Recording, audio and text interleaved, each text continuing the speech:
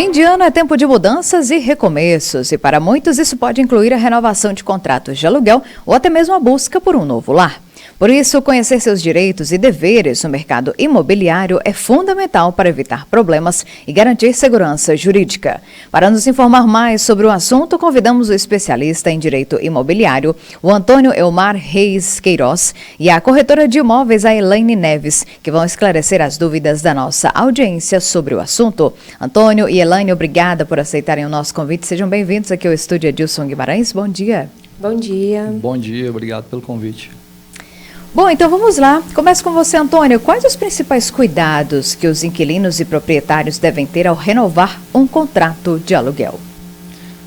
Normalmente a gente tem que ter atenção na questão das condições de benfeitorias que vão ser feitas de reparos nos imóveis, e também a gente tem que saber qual que vai ser o prazo de prorrogação, se esse prazo ele vai ser pelo mesmo prazo ou se ele vai ser um prazo normalmente maior ou menor, e quais as penalidades que podem ocorrer em eventuais quebras de contrato, tanto em relação a quebras antecipadas quanto em termo final. Então é sempre bom ficar atento ali ao contrato, ler todo. Exatamente. Hoje em dia existe uma desmistificação que é relacionada à realização do contrato. Quando nós, no direito, levamos os contratos para serem discutidos judicialmente, o pessoal ele tem um receio de fazer boas elaborações de contrato e deixa para comprar contratos em papelarias, fazerem contratos de gaveta e não trabalhar aquelas cláusulas ali que podem impactar a vida da pessoa. Elaine, e como é que está o mercado imobiliário atualmente aqui em Patos de Minas? E quais os períodos em que há mais procura de imóveis? O mercado imobiliário no geral, né, não só aqui em Patos, ele está sempre aquecido. A gente teve aí agora uma alta nas taxas, mas isso não impacta muito, né? Quando a gente fala ali em compra, o maior programa habitacional que a gente tem hoje é o Minha Casa Minha Vida, que ele continua com taxas fixas, então ele não é impactado, as vendas continuam ocorrendo. E quando a gente leva para o aluguel, a gente tem um aumento, né, no aluguel, porque ele acompanha as taxas, e isso é muito bom para o investidor. No final do ano, a gente tem uma procura maior em relação à compra, aluguel, realmente para trocar esses contratos. Então, acaba que talvez a pessoa quer trocar de imóvel. E quando chega ali janeiro, fevereiro, parece que acompanha meio que o carnaval, que o ano só começa depois do carnaval, a gente tende a ficar mais tranquilo. E em março, quando o banco começa a se estabilizar com taxas, a gente tem uma alta de novo do mercado, né, tanto para aluguel quanto para compra aí. Eu ainda continuo com você, Elaine. Quais fatores mais influenciam no preço de venda ou aluguel de um imóvel aqui na região? O fator que mais influencia é a taxa, né, de juros. Esse aumento da Selic aí impacta muito compra, aluguel. E outra coisa que também impacta muito é a demanda maior que o imóvel é ofertado. Hoje a gente tem uma demanda muito maior, principalmente quando se tratando de aluguel, de clientes que procuram e poucos imóveis no mercado. Então, isso faz com que o valor ele fica mais agregado. Antônio, e como é que funciona a revisão do valor do aluguel e quais critérios legais podem ser utilizados para os ajustes? Olha só, a gente tem duas situações que é a revisão e o reajuste. A revisão ela acontece por fatores externos e fatores de força maior. Por exemplo, quando ocorreu o Covid, lá em 2020, esses fatores imprevisíveis, incontroláveis, ele levou a fazer revisões por meio de uma situação que a gente não tinha controle. Esse fator externo leva a fazer a revisão. Agora, o reajuste, ele normalmente é uma pré-combina já estabelecida no contrato ou uma combina posterior. Hoje em dia, a gente tem o hábito de utilizar os índices aí IPC, IPCA, INCC, IGPM, e também a gente corrige bastante caderneta de poupança, porque muitas das vezes o contrato ele não acompanha a inflação e acaba que fica mais oneroso para o locatário. Certo. Antônio, em caso de atraso no pagamento do aluguel, quais são os direitos e também os deveres de ambas as partes? Olha só, no caso de atraso, normalmente a gente estabelece uma multa de 2% a 10%, mas em regra 2%, E na mensalidade. Na mensalidade. E tem contratos na mensalidade. É uma multa de 2% e normalmente a gente faz uma correção dela a 0,033 ao dia. Ou senão a gente tem uma correção de acordo com o índice pré-estabelecido no contrato. Sim. E esses são os deveres, né, e os direitos de quem está cobrando, né? Seria essa multa. Certo. O direito de quem está cobrando é fazer o pagamento da multa. Se for um aluguel que ele um inadimplemento que ele já elastece a longo prazo, aí pode fazer um ajuste verbal aí para conseguir uma quitação mais vantajosa para a pessoa. Ô Elaine, que dicas que você daria para alguém que está em busca do primeiro imóvel para alugar ou comprar? Uma dica que a gente sempre dá, né, é analisar o mercado, analisar preço, aí bairro que vai atender melhor o cliente e sempre ter um profissional para orientar, para auxiliar. As pessoas têm muito a mania, né, de procurar fazer um contrato sem procurar um profissional, um advogado.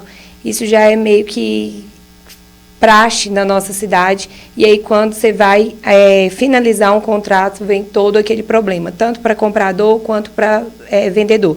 Então, o auxílio de um profissional, um corretor, na hora da escolha, e um advogado na hora de formalizar esse contrato faz total diferença e evita muito desgaste no final do contrato. E agora, o que é que você me diz sobre aqueles contratos boca a boca, que não tem assinatura nenhuma? Nós, como corretores, né, a gente sempre fala que esse contrato ele não tem validade nenhuma. E é o que mais acontece, tanto em questão de aluguel, tanto também em questão de compra, que é o mais grave, né? Eu acredito que o Antônio sabe falar mais isso, mas a nossa indicação é que não seja feito nenhum contrato boca a boca. Nem de compra, nem de venda. Isso. Aliás, nem de compra, nem de aluguel. Isso, nem de compra, nem de aluguel.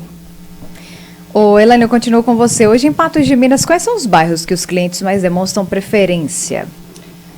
Quando a gente fala em preferência, é meio que nichado, né? Porque, por exemplo, aquele cliente que é um cliente Minha Casa Minha Vida, ele tem uma preferência por bairros que vão caber mais no orçamento dele. Então, a gente pega Jardim Europa, Sorriso, que são bairros bons e estão em formação. Né? Quando a gente vai ali para o médio padrão, hoje a gente tem o Afonso Queiroz, Parque do Sabiá, Campos Elíseos, o alto padrão voltado para bairros mais próximos aos centros, Alto Queiçaras, Chácaras, que é um pouco mais distante, mas também muito atraente para esse perfil de cliente. E muito questão de, por exemplo, eu quero um apartamento, onde que eu vou achar? Então, tenho Laranjeiras, que atende muito bem, Ipanema. Então, não tem nenhum bairro que esteja estagnado no mercado aqui na nossa cidade. Vai mesmo da preferência e do que o cliente está procurando. Aqui em Patos de Minas tem mais preferência por apartamentos, casas ou é meio a meio? Hoje o mercado ele é mais atrativo o apartamento, né? Tanto para a compra, pela facilidade e segurança também de quem procura. O apartamento traz muito mais segurança que uma casa. E essa vida corrida também, o pessoal quer mais praticidade. Então, o apartamento tem mais procura. Sim. Ô Antônio, quais cláusulas de um contrato de locação que merecem atenção especial para evitar aí problemas futuros? Olha só, cláusula de pagamento, de duração do contrato, as cláusulas de renovação, de rescisão e principalmente as cláusulas de benfeitorias. Normalmente, quando são imóveis mais antigos, próximos ao centro, muitas das vezes o pessoal eles fazem as reformas nos imóveis ali para adequar, seja para fins residenciais ou não residenciais, e nos fins dos contratos, normalmente costuma dar alguns problemas. Se essas benfeitorias elas vão incorporar o imóvel ou não, ou se essas benfeitorias elas vão ser indenizadas pelo proprietário ou não. E esse tipo de situação é muito rotineiro para nós que a gente recebe na justiça, porque muitas das vezes são benfeitorias que elas são adequadas à estrutura do imóvel, são benfeitorias que elas são para dar mais conforto ao imóvel. E essa linha tênue entre esses dois fatores que a gente costuma discutir na justiça e dá bastante problema. Entendido. O Elaine, o que considerar ao escolher um imóvel para garantir que ele atenda às necessidades do dia a dia? Você já citou aí uma que é a segurança, né? É muito importante também olhar a localização, vizinhança, o que você procura, né, nesse imóvel, 3 quartos, 2. Quando você pega em aluguel, você ainda consegue fazer uma troca a curto prazo, mas quando é uma compra, isso pode pegar bastante. O que você precisa que tenha próximo escola, supermercado, banco. Então, é muito importante olhar isso tudo, principalmente na hora da compra, né, que é o imóvel que você vai comprar e talvez você vai ficar por um período maior com ele. Sem dúvidas. Antônio, e em situações de inadimplência, né, que a gente começou a falar no bloco anterior, quais são os passos legais que o proprietário pode tomar para retomar o seu imóvel? Olha, Parte chata, né? Um grande problema hoje são as retomadas e fins de contrato. Hoje, a gente, pela legislação, nós temos as ações de despejo. Elas se aplicam tanto no despejo residencial quanto comercial. E são critérios aí que, normalmente, a gente tem que interpelar, notificar extrajudicialmente o locatário, ou o locatário comunicar previamente ao locador que ele deseja sair. A praxe são um prazo aí de 30 dias, tanto pelo locador quanto pelo locatário. E quando o contrato ele se prorroga automaticamente, normalmente a pessoa celebra um contrato de 12 meses e ela não faz um termo aditivo. E esse contrato ele fica prorrogado automaticamente. E a retomada e o fim desse contrato costuma dar problema também, porque o pessoal eles não fazem a notificação, não fazem a comunicação prévia. E ações como as ações de despejo, como ações de desocupação, são feitas aí para solucionar esse tipo de situação. E quanto tempo, por exemplo, de atraso que a pessoa já pode receber esse comunicado? Olha só, a partir do momento ali que ela está em atraso 1 mês, a 2 meses, a 3 meses, que hoje a legislação judiciária ele não estabelece um prazo mínimo. A gente tem a praxe aí de esperar de 2 a 3 meses, mas tem situações quando a pessoa ela já tem ela é contumaz nesse tipo de situação. Por isso que a gente tem que fazer uma pesquisa prévia. Situações com 1 mês de atraso a gente já consegue fazer, desde que ela seja notificada antecipadamente. E sobre a situação em que o locatário decide vender o imóvel, quais são os direitos do locador? Olha só, na verdade, quando o locador decide vender o imóvel, isso. Quais os direitos do locatário? Ser comunicado previamente, discutir a questão das benfeitorias que foram feitas no imóvel e estabelecer um prazo razoável para a pessoa procurar um novo imóvel. Correto. Agora eu queria saber um caso curioso de compra ou aluguel de cada um de vocês. Pensaram aí? Tem algum caso? Vocês conseguiram quando lembrar? A gente chega, né, no imóvel de aluguel, acaba que eu acredito que é o sonho de todo brasileiro ter sua casa própria para ter mais privacidade, mas o imóvel de aluguel, principalmente quando ele é colocado à venda, a gente passa por muita situação complicada.